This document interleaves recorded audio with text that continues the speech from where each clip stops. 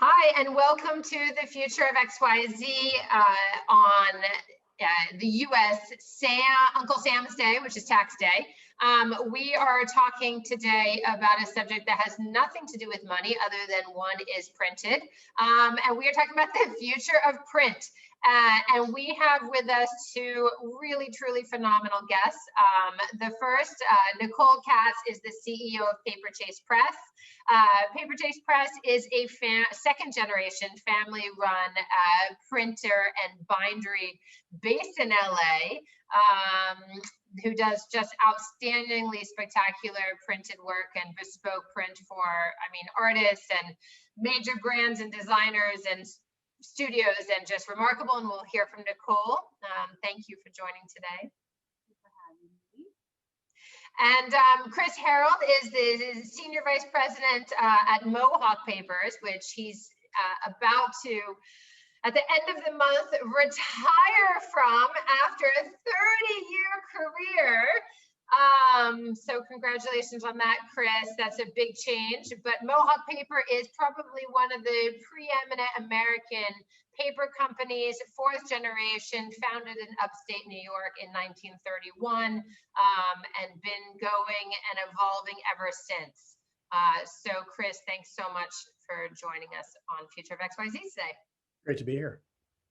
So I'm going to lob out the first question, which, I, of course, as many people will know and many won't, you both do, was the head of marketing at Moo.com, which is an online printing company. And Chris, that's how we got to know each other, since we bought mostly Mohawk Paper at Moo. But Moo is a tech company at its base in many ways, whereas Nicole, you guys have been in the printing business for 40 years. So I was just curious, in a world that everyone thinks of as more and more digital, what is the future of print? Should I go first? Sure. I think in a way, print is going further into itself. Print is kind of an act of rebellion in this digital world, right? It's permanence as related to impermanence. It's a record in a way that digital can never be. So I think that print, in a sense, has kind of found its identity as it relates to the digital world. And I think in many ways, it will become more of itself. So things that are printed really are about being printed. The fact that they are printed is core to the object itself, right? Of course, I think there's going to be we'll always have a need for packaging. We'll always have a need for certain types of physical printed products in their utilitarian sense. But print, in terms of the act of printing or publishing specifically, I think is really back to its roots of the medium is the message in many ways. And that's just on an ideological level. There's so much that is happening in terms of the technology, but just print in and of itself, its identity is really about the medium now. I love that. Yeah. I'm like we just got the best soundbite. We can drop mic now. Totally. Chris, what do you think? You're looking at it from, obviously, you've been in the business for a long time. You yourself are a designer. I think that what's very interesting about Mohawk is as a innovative paper company, which some people, those two things seem incongruous. Can you talk about what you think the role of print is and the future of print in light of what's happening in the world? Well, Nicole, you're in my head. That is exactly how I feel. The word permanence is really significant. I'll give you a citation and a real live example. I don't know, 4 years ago, maybe, in this ongoing series we've published called the Mohawk Maker Quarterly, super interesting content curated by and designed by a great design firm, Hybrid Design in San Francisco. There was one issue, and we were able to clip some information from Vince Cerf, who is the chief internet evangelist at Google. He was he's one of the grandfather of the actual internet, right? In Vince Cerf, this is the quote I was searching for on my phone. This is what his observation is. Had said in an interview a number of years ago, we're facing a forgotten generation or even a forgotten century because everything's virtual, right? All this digital information resides out there. And he went on to say, if there are photos you really care about, print them out. This is not a Google kind of a thing that you would normally associate with Google. And a real live example, though it isn't a photo, is, I was just visiting family and unearthed a letter we had never seen from my grandmother, who would be 125 or something. And it's those physical objects. It was printed by her hand. It's so powerful because print has, I like to say, print has geography. Right? There's a shape and a size, and there's a place in a book, where you're about 2/3 of the way through, right? You know how to find that physically. But touching that piece of paper was touching a woman I never knew.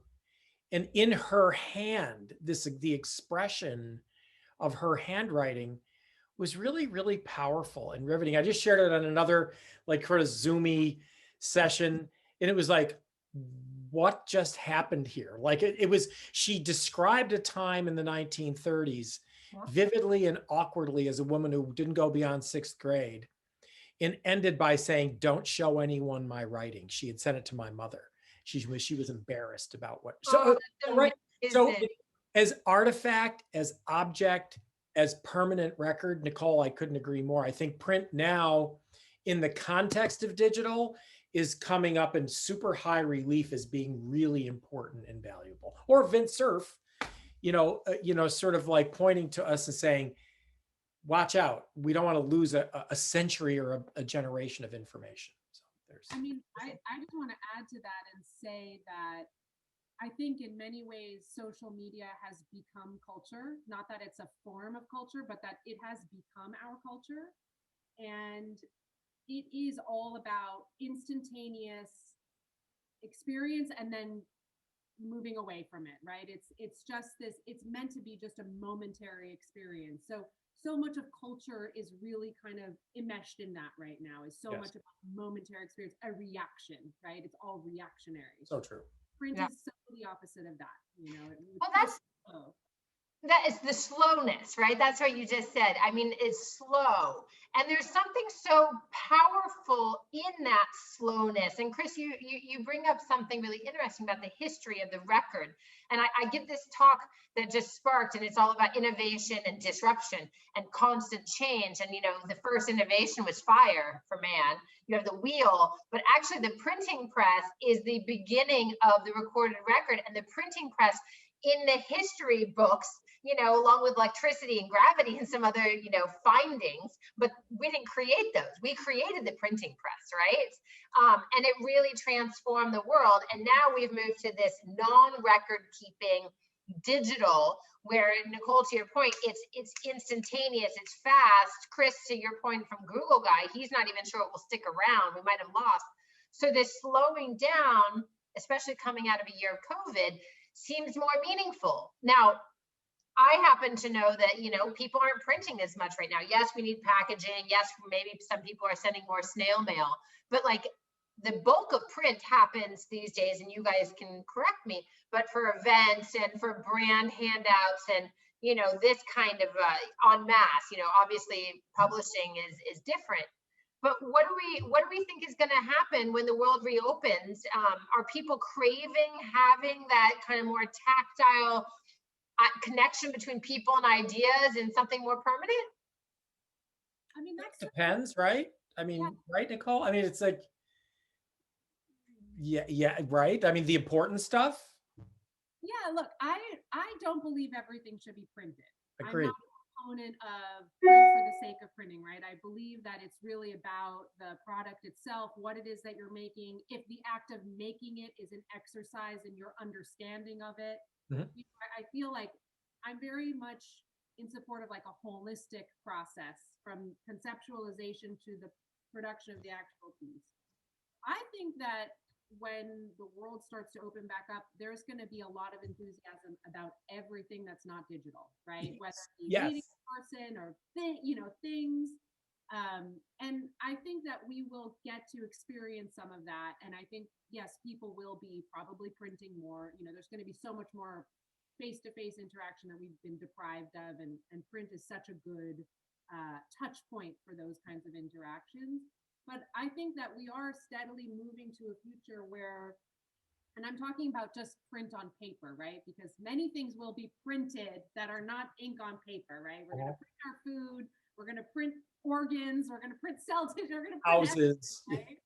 Yeah, exactly. But I think we are moving toward a future where fewer and fewer things are printed on paper, and that's how it should be. Resources are not unlimited, and attention is not unlimited, and it really should be about the projects that deserve that space.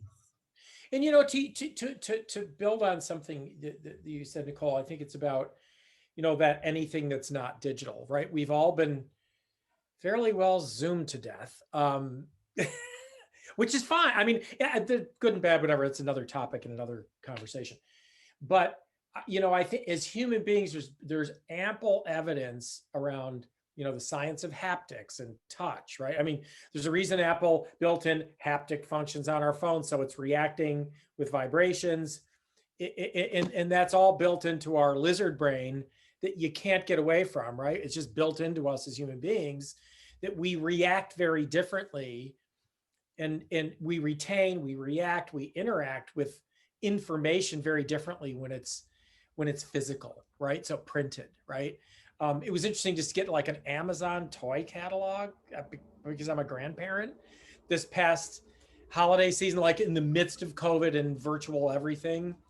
The tech space is saying, wait, there's a lane we can assign print that's pretty powerful. It's like, and back to it's like slow cooking, right? It's like, okay, I actually won't order this meal out. I will gather the ingredients and I will make this meal. And that's a very satisfying experience. I think so. Anyhow, I think there's ample evidence that printed things leave a deeper, different impression in our brains. So it's important. It's important to find those things that need that level of import and assign them print status, right? Yeah, and Nicole, I mean, maybe you could talk about, a couple of the projects that, you think really stand out in that. I mean, you guys are printing for the biggest names in art and design, and as you say, culture and branding. What are some of the things that really jump out at you is going to be where we're going with this? I have 2 cookbook projects right now for digital companies. I'm about to start a 3rd run of a Postmates cookbook, which is like a no cookbook. So it's like a cookbook without any recipes. And I'm also doing a cookbook for Dropbox. And I think it's really interesting how these very kind of all digital, no touch companies they see an importance in having this kind of cultural artifact, this object. It really speaks to the time we're in right now. It really speaks to our humanity because it's about food. And I think that a lot of digital companies need more humanity, right? And they look to print as a way to express that. And obviously they're doing it because it's something you can touch, right? And you need to touch things. And it's like Chris said, there's a whole other psychology to objects in your hand versus objects on a screen and how you identify yourself and your relationship with those things. So I think that as the world becomes more digital and so many of our clients function primarily in digital spaces, it makes what we do more valuable, right? It makes it more singular, it makes it more special. And I think that's the reason why we've always been kind of a high quality producer, and we're not the company for every project, right? We're really the company for special projects because those moments are really intentional and important, right? So we really want to craft that connection that's happening. It's not something we feel should just happen all the time. We feel like it should be really singular. So it's been very interesting. I mean, we do a lot of printing for Google, for example. We have so many clients that really exist in this no-touch world. And we are a great, antithesis to that. And what a relief, right? To get a little bit of a break from that experience. Absolutely. So there are a number of things that are happening in this space, and it's interesting when we think about, how things have evolved. Chris, especially on the paper side, and Nicole, I know on the printing side there, we can talk about things like, waterless dyes and all sorts of things. What is happening in terms of like the demands and the industry standard changes on sustainability, as well as the role of technology in supporting that as the industry changes? I mean, we have a second generation and fourth generation, both family run business here, who are two of the premier paper print players in the United States. There's something really interesting about the fact that that is the history and the legacy, and we're still here today. So where is it going, and what's the role of sustainability specifically, but also technology in helping bring about the fifth and the third generations? Yeah, I think sustainability, it's funny, I tell people, I think greenwashing and the sustainababble are first cousins. Because, people, maybe it's digitally enabled, I don't know, but just the terminology has been co-opted pretty weirdly, but it's quite in everyone's consciousness for good reason, right? Our planet's sort of all fucked up. Sorry, edit or not. So to that point, here we are. We're a factory that harvests trees. We don't actually have forest lands, but whatever. We use wood fiber. We have forever, right? For decades, in our business.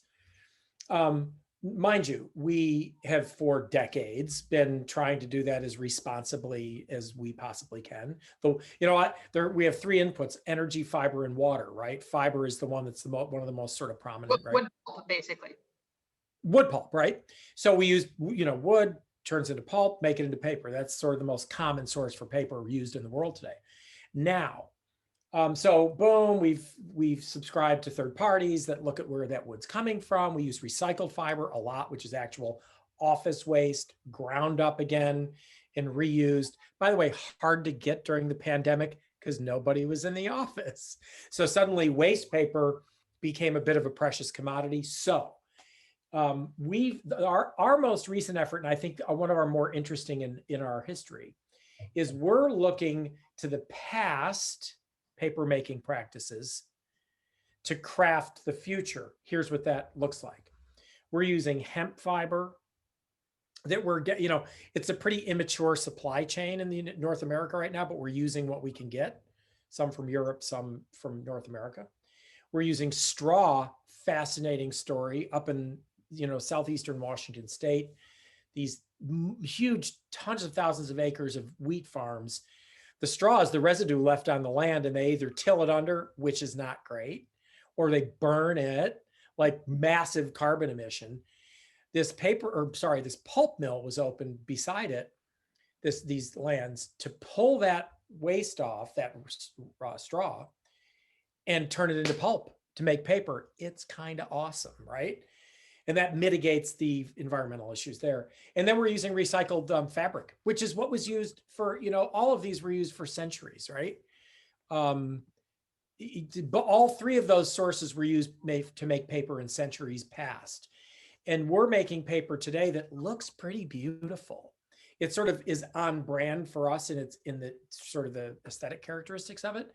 And it's actually I'll go back to the sustainability versus sustainababble. It's real. It's like real. Like we're actually using rapidly growing fibers. Hemp can be harvested twice a year. Straw is an annual crop. That's kind of amazing. So part of it's going to the wheat is going to make bread or flour, for flour. And then, we're taking it, as well as people that are making shopping bags and other materials. Very cool. And, yeah, there are a lot of innovations is what I'm hearing in the supply chain and the manufacturing process, but also in the raw material inputs of how we're starting to think about it. Raw material input's huge in the way to imagine a better future for that, right? That's great. Thank you. Yeah. So I'm just watching time here. I would love to allow you guys both to share with our watchers and our listeners, the role of print in their life forget about the pandemic for a second, just generally, what would you leave them with is like the most effective use of, paper print, as they go forward? What would you love to see? I would love to see more books in the world. I think there is no object that has more kind of baked in integrity than books. And I would love to see the process of publishing and bookmaking become a lot more democratic, and there to be accessibility to all types of authors and artists and individuals to make their own books, to publish themselves, to put their collections or their thoughts or their artwork or a project out into the universe, and to not have bookmaking and publishing specifically be like, in an ivory tower. It really should, I'd like to see that process become more democratic. I don't think the world should necessarily print more on paper. Resources are very limited, and we don't necessarily need more stuff. But what we do need more of are those objects that are really expressive, both to ourselves and to the readers. And I think books, any kind of publication, it doesn't have to be a straight up traditional book, but really like any style of publication of putting your work onto paper is just such an impactful and powerful experience, and is such a meaningful way to connect with people, so much more meaningful than connecting digitally, because it's that much more rare. So I would like to see kind of the exclusivity of the world of publishing kind of obliterated, and let everybody use print as an expression of their own voice. Thank you for that. I like that vision actually quite a bit. The democratization of publishing is key. Chris, what would you say? Nicole so much. We're very aligned, right? It's weird. We haven't seen each other in a long time, but very aligned. But yeah. And again, let me build on that. I think that I think print is like the off ramp to our digital lives, right? And like take those exits when you want to create a permanent record, right? And if that is a published document, book, or some book-like form, go for it. But I think print is an off ramp to say, okay, hang on, I'm getting off here to memorialize this event or these thoughts or this content that I've created or someone else has created, because I think this deserves to be permanent and not lost in whatever those multitudinous servers are that we call the cloud, right? Yeah, absolutely. Environmental impact. So it's not even like the alternative is that much better, right? Right. And we forget that. Well, I thank you both so much for joining us on Future of XYZ and talking about the future of paper print. It was clear during this conversation that there is a lot more to talk about. It is not 3D printing either, so paper print. And it's really wonderful to see you both and to see you both together. And I appreciate it very much. Thank you, Lisa. Nice to see you today. Absolutely. And everyone, thank you so much for joining Future of XYZ. Make sure to subscribe on Apple, Spotify, and wherever you get your podcasts, on YouTube for video, and of course to follow Future of XYZ on Instagram.